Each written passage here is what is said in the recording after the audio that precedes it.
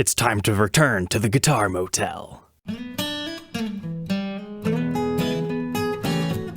Welcome back, troglodytes, to your daily dose of guitar information, the Trogly's Guitar Show. You guys loved the last episode where I spilled the beans about the coolest guitar website you didn't even know existed. And in that episode, we checked out the coolest Gibsons. Today, we're going to focus on the Fenders for a special Fender Friday. But we're going to kick things off semi-vintage. This is a 1975 Stratocaster by John Douglas that they called the Rhinestone prototype. If you know anything about 70s Fender history, they're not the most well-regarded as far as construction and types of materials that were used, but the same thing was true for Gibson, and I love the 70s and 80s. We had just recently talked about a really cool Lucite prototype of a similar era, but I never knew Fender did art guitars all the way back then. You've got some flowers and some wispy stuffs going on here, and then you got all this bedazzling jewels. That's just so unlike anything else I've seen from Fender in this era. But then you go to the headstock and yeah, sure enough, there you go. Bullet truss rod cover, double string trees, giant headstock, 3-bolt neck with micro tilt adjustment, and wow, they even did the back.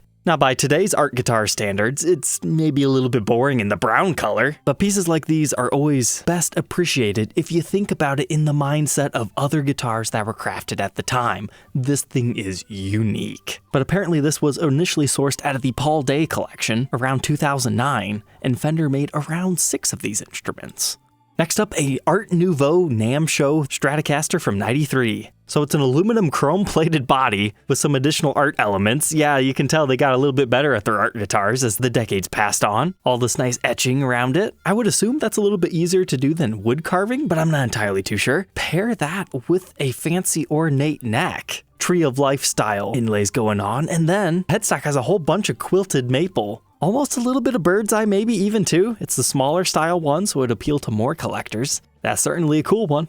And even though I'm mainly focusing on his more exotic art guitars today, he's got a whole plethora of vintage guitars too, like here's a really nice 63 Sunburst. But I would highly suggest checking it out, guitarmotel.net. And I find the best way to use his website is just search for the brand that you want. So is it Gibson? Is it Fender? And that makes the website easier to navigate. But this Stratocaster looks fairly clean for something from 1963 that usually gets beat up and modified and all that. It's got some nice wood grain on the headstock. And okay, it definitely has some wear on the back, but that's the way most guys like them anyway.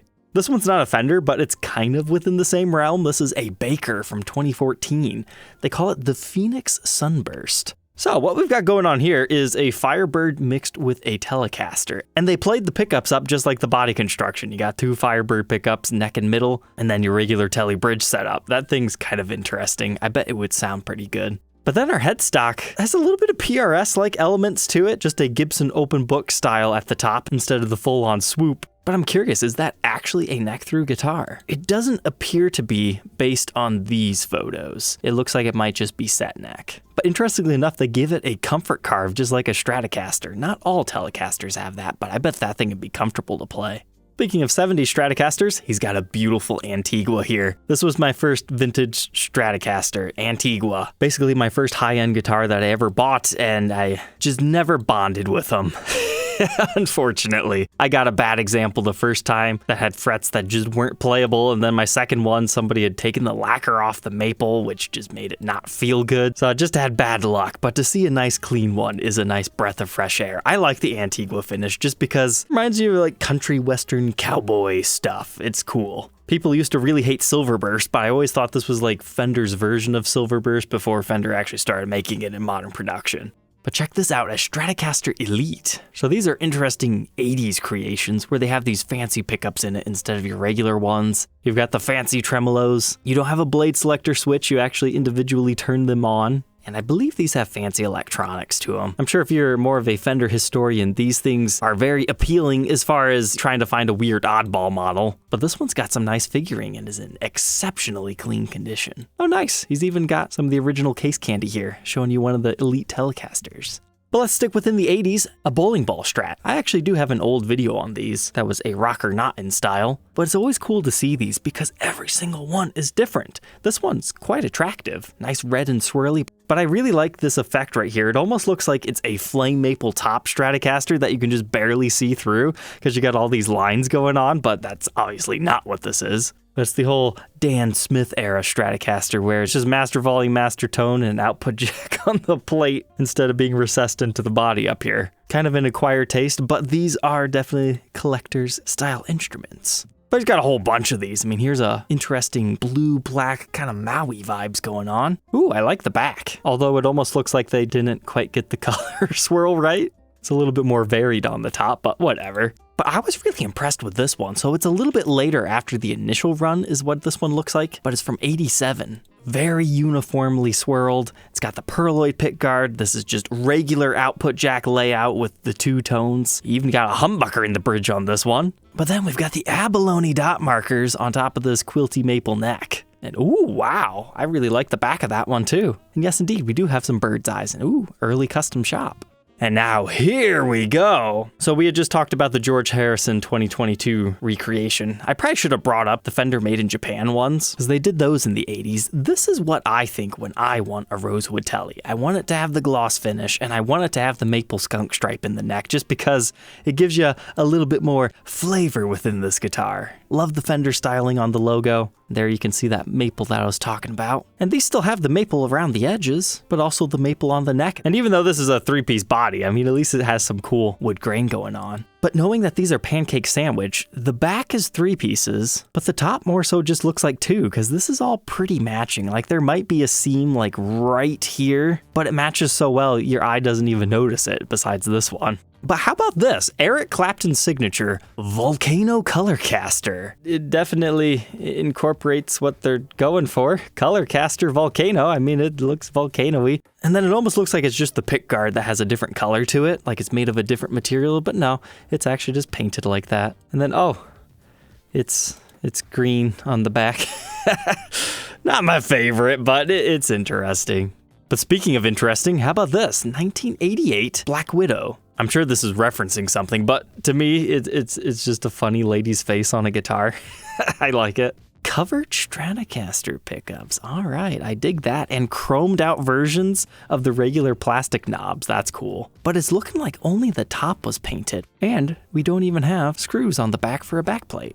That's pretty interesting. He's got all the interesting late 80s Eric Clapton signature colors, the rare candy green, as well as a Hank Marvin signature, Premature Fiesta Red. That's a funny name. It's got almost like a little bit of a fade going on. And then the neck is a little bit more golden-y. And this one's a bit strange, 1990 Frognography. That's an interesting one. I don't really know the story, but I like frogs. They're kind of cool. I'm not so sure about obscene tailless amphibian art and literature, but okay. But Pamelina always has some really cool stuff. But here we go, check this out, an Esquire Custom Thinline. I mean, if normal Esquires are too boring for you, here's an awesome one. Pearloid pickguard, in-your-face gold sparkle, still has the cover over the bridge, and then big bold print Fender Esquire Custom in your face with a bird's eye and pearl tuner tips. Wow, I didn't notice that. It's black hardware. I've never seen a black bridge cover like that. It works with the gold.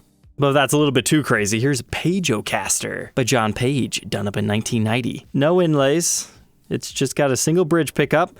You have 2 F-holes. That looks like a spruce top to me, multi-bound, and there's no plate like most Teles have. It's just mounted into the top. And of course you got a flame maple neck and a mahogany body, cool. But if you're looking for something a little bit more modern, here's a quilt top blue Telecaster. That is crazy. HSH setup with a Kaler Floyd Rose style bridge. And yeah, of course it would be a set neck. Here's something kind of similar, but not exactly the same because you don't have any crazy dive bombing potential, but it is an HH setup. Oh, interesting. So this is all a blue finish. The only reason why the top looks different is because it's maple and it's a lighter color, whereas the mahogany that they made the back out of will make the finish look different. But check out the Hippocaster. I know I've heard of this before, but I don't think I've recognized it. Fender Japan recently did F-hole Telecasters, and I thought that was a big cool thing. But when I first saw this, I thought that was actually an F-hole, but I don't think that's the case. It's just like a giant decal, kind of like the logo on the headstock. So okay, I guess that bumps down some of the coolness factor on that one. But it was a limited edition of 20, and apparently it was originally designed by a Fender sales rep, Bob Hipp. Because then he has this one that's kind of similar. You've got some Gretsch elements going on here as far as the inlays. That's interesting. But then you got an actual F-hole and then another decorated one that looks like it might be made of the same tortoiseshell-like material. Okay, I like the way that one's stylized. And of course you got the bridge cover done up in gold and all the binding for this one. And you can't forget that back shot. All right, we've got this 1993 Stratocaster Richie Sambora signature. So I have heard of this because how could you ever forget a Fender that has these giant star inlays on your fretboard? It makes it unique. But on top of that, you have this gorgeous cherry sunburst color, I guess. I would call it more almost tobacco-y, but whatever. But you've got a Floyd Rose on it, HSS setup. Looks like you got a fancy S1 switch on top of all that. Or maybe it does something even crazier. I haven't actually had one of these, but it's definitely a unique Stratocaster with the whole pearloid star. And this example is mighty fine with all the wood grain going on and a little bit of an extra cut on your heel. Gotta get back to our fancy art pieces. This is a Harley Stratocaster from the 90th anniversary collection, done up in 1992, but this isn't just a regular one. It is the JW Black prototype. So you got your aluminum body with your covered single coils, making them look like lipstick. And then you got your whole Made in USA Harley type thing going on. And then what is that on our fretboard? Fancy banner that says 90th anniversary edition. It just looks like it was carved out of the fretboard and then painted. That's cool. And then we get the Harley logo up here on the headstock. Oh, and let's throw on a nice flame maple neck for good measure too. But if you don't like silver, you also got gold. This is another prototype where it has pretty much all the same stuff, except for it says Harley Davidson up here. Maybe it said it on the silver one and we just couldn't see it in that photo angle. But I would definitely say the gold pops a bit more. And I mean, being the 90th anniversary, you're not really going for silver or gold anniversaries, so I guess you can do whatever you really want. Looks like they might have even used gold inlays. Yeah, I'd probably have to choose this one, even if it does have a bird's eye neck. And then just like in the Gibson episode where he just had tons and tons of stars and stripes, he also has a bunch of these aluminum body 94 Strats with the whole stars and stripe theme that they've got going on here. My favorite thing about this year's Stratocasters though, has to be this doofy little 40 anniversary badge that pretty much every guitar got that particular year, even if it does just look like it says 4C. But I would like to check one of these aluminum-bodied Stratocasters out one day, just because, you know, they're kind of interesting. Non-traditional tone woods, I guess you could say. But here's a slightly more exotic one, where it has like a splattered / sponged on effect with the paint job. I've always really liked these. They don't do too much on the back, but they always make the fronts interesting. So he's got more than just one of each of these, but I'll show you all his colors. Like here's the purple one that I've always really liked. Some of these purple Stratocasters can be gorgeous. This one has a little bit of cloudiness to it with the whites. But then there's some other ones that are a little bit more vibrant and extreme and in your face like this one. That doesn't have as much white in it. And then this Telecaster is kind of cool too. Kind of reminds me of like a purple tiger stripe. But check this out. First Breath NAMM Show 95. Apparently carved Stratocaster. Oh my goodness.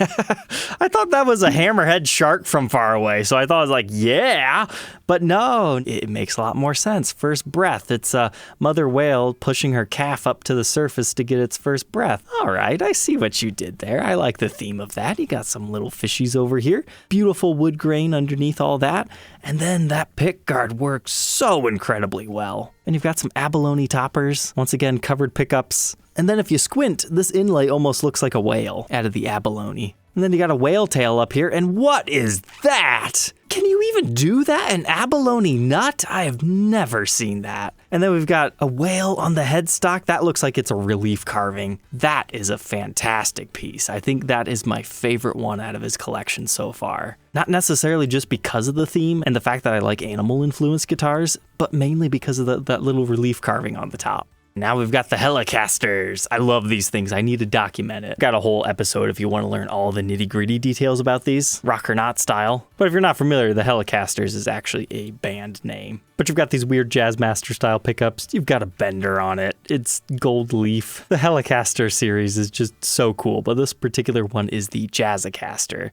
But if that's a bit too crazy for you, this is the one I really like, the Jorgensen Hellecaster. Reverse headstock, weird split pickups with this golden yellow sparkle pickguard complementing our inlays that they've got going on here, and then this really dark gold sparkle body. As a lover of weird, strange, older guitars, this thing works. But they're kind of expensive when they do show up, because you have to remember these are Japanese Fenders. And then the last one is always been kind of a letdown in my opinion. Like, it's a beautiful blue Stratocaster, but then you get the Hellecaster's 12th inlay, and everything else is pretty much just the same. But this is one I'd never seen before. It's a color variation, some sort of a prototype from 1997. It's definitely a little bit more in your face. But look at this weird thing. An Egyptian Masterbuilt by Greg Rich. We've got the gold body going on. We've got our pharaoh over here. But not only is it artwork, but it's also bedazzled, engraved. There's a lot going on here. You just gotta take a second to really take it in. Then after that, you gotta look at your fretboard. There is no fretboard. It's just all one big inlay. I found with art guitars like this, pictures just don't do them justice at all. Like, take my Dragon Les Paul, for instance. A lot of guys say, that's so gaudy on the fretboard, but trust me, guys, in person, that is the defining feature of the entire piece. You have to see the way the inlays move in person. So I'm sure this is very similar on this one, where you might go, nah, but in person you go, whoa. But now I've got to see the back of this thing, because if the top and fretboard is like this, surely they're... No, they just let it be plain. Didn't even give it a figured neck. But how about this for his whole stars and stripes thing? This one's from 2003. Oh my goodness, I love it even more now. Those are baseball bats along the front. And then your stars are actual baseballs. Okay, got it. If you want another fun Fender episode about baseball, check out the Fender Batacaster, one of the most fun videos I've ever made on my channel. But check out the neck, it's all blue. I love it when Fender does stuff like that. Even our nut was not spared in being painted. And awesome, we got another baseball bat back here and a couple more baseballs to round out the design if you're ever looking at the back of the guitar. Although, I feel like they should have just put a giant hot dog on the back of the neck just for fun. How about this called Proud? Kinda see what they were going for here, but at the same time, it just looks like a chicken drumstick that has feathers on it. I don't know about this one. I feel like they didn't get the head of the bird right. But oh, that's fascinating. They've got like a gold finish around each fret as like part of the design. Maybe this is referencing something that I don't understand. But then, whoa, the back, they just went crazy. Cool. But if that one was too tame for you, how about this blast of color in your face? It's a 2003 Guitarmania artwork by Walter Allen Rogers Jr. and painted by the very famous Pamelina. Yep, that's definitely painted. It is in your face. And speaking of in your face, you got faces all over it. I like that. They had to be conscious about that. Like, this is going to be a really in your face Stratocaster, so let's just put a whole bunch of faces on it. Love that purple headstock. They've got that whole colored fret type thing. Oh, I always wondered how guitars would age with painted frets. I'm curious if these were actually painted and over the years the paint fell off the frets. And that's why in this photo, more of the fret is exposed on some of them than others. I can't wait to see the back. I hope there's just one big face looking at you. Missed opportunity. You got something over here. So I already crowned the number 1 guitar out of this collection, but I think this one's number 2. Again, painted by the same lady, but this one is a monochromatic theme. It's got some bugs, some ladybugs, caterpillars, and bees, and ants. But it's so chaotic. I love it. And the fact that they continue the design on the neck is just fantastic. Like, this thing looks straight out of Pikmin 3, the Nectar Fairy. And okay, on the back, we just got a cat chilling over here and a leaf running up the back of the neck. Oh, and in case you really want to own one of these, he's got both of them. Although it looks like the second one was not stored as well because the white has definitely aged quite considerably on this. I mean, imagine having to paint this twice.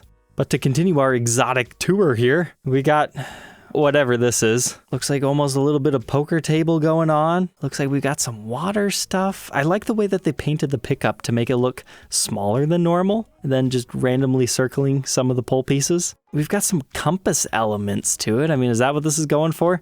I would need an artist explanation on this one, I think. But it was part of some sort of an exhibition for the 2004 NAMM show. Apparently there's a whole book about it. But check out this beautiful carved top Hellecaster. Don't say that too often. People always say the Fender Telecaster is very similar to a Les Paul if you're trying to bridge the gap between the brands, but this one just takes it to kind of a whole new extreme, and with a nice sparkle blue finish. Top of that, they cut out our pickup covers and put a blue cover over top of them. No tremolo system, just master volume, master tone, 3-way toggle switch, matching headstock because why not? And then of course, it's also set neck, and you've got comfort carves. But we're not done being crazy yet. Here's a 69 reissue Solar Red Fender Stratocaster. So you've got a very stylistic sun bursting its flames everywhere, but then you just have a in-your-face white pickguard, and then you have the continuation of the flames on the neck and the headstock. That's pretty cool, especially since they also did it on the back. I appreciate this artist simply because they use the entire canvas. But this one might be my number 3 pick just because how creepy it is. They call it Moony Eyes. And this face is just deranged. But yeah, it's not so creepy you wouldn't want to show it to everybody because the rest of the piece is just relatively calm. Dreamlike is a good way to put it. You could say that this is the pillow that you're resting your head on and then this is what you're thinking about. But then I love the fact that the whole guitar was like painted pitch black and then all these other designs were put on top of it. And they decided just to like not even care about the Stratocaster decal, just paint over it. But they gave it a new Fender one, so it really sticks out. And then they basically just copied and pasted on the back. Oh wow, he must have really liked this because this is the green-eyed Moony. I guess it kind of gives Majora's Mask vibes. This one's a little bit darker. I'd be curious to see which one you guys like better. But if creepy moon guys aren't your thing, but you like the rest of the design, how about this one? Oddly called Saltwater Taffy. Like, I get what they're going for here, but I don't at the exact same time. I like the color scheme though. This would look awesome under blacklight. Assuming it was painted in things that fluoresce. Kinda looks like it might, but you've got the matching green pickups and the black pickguard really pops. Then Nightmare Before Christmas style swirls all up and down the neck. Also continued on the back. And then if I'm continuing to number these, I would probably put this one at a solid 4. I'd have to compare all my choices. It might actually rank higher. They call this Boysenberry Yin Yang. Yep. I totally see it. It's a nice dark colored yin yang. It's a little bit trippy and psychedelic. It's got the swirls and all the other good stuff going on. I like the light blue pickup covers that they got going on. It complements it because it's just a little bit brighter than everything else you see. Then of course you got that whole dark neck thing going on too. And obviously the yin yangs going on and just a cool continuation of that same pattern on the back. I really like that one. Then we've got the Roadside Closet Classic over here. It's crazy and chaotic in a different way. Looks like it's a throwback to Route 66 and all the things that you might see on it, which is perfect for an American guitar collection, I would say. Back of the neck is just a checkered flag. But all right, guys, that was some really, really crazy stuff. We need to cleanse our palate. Let's take it all back to one of the most simple creations in his collection, the Jazz Telecaster. Looks like it's got a beautiful spruce top, just has a single neck humbucker. Surprisingly, have a tremolo system on there. Okay, it's got a little bit of finish checking, but with lacquer finishes, that'll happen. But then you've got 3 controls and a little dip switch. So master volume, master tone, that makes sense, but we must have something else going on here. Active EQ, maybe even a piezo system? Yep, by LR Bags. So that must turn that pickup on and off. But I love our bound layer right here. It just got little dot inlays that are circles. Flame maple neck, because why not? But here's what's really interesting. The body is maple. It's 2 pieces flamed. It's simple, it's elegant, but yet very, very classy. That's a really cool one by Dennis. All right, troglodytes, I hope you enjoyed the Guitar Motel series. I'll leave it up to you if you want me to take a look at some of his other brands, but I would need you to let me know what brands you want me to check out. The owner of this collection, it's unfathomable how many guitars he has. Like, these Fenders, I know they're expensive, and some of them get ridiculous in the art guitar market. I don't think I need a museum anymore. This guy does. All right, troglodytes, take care.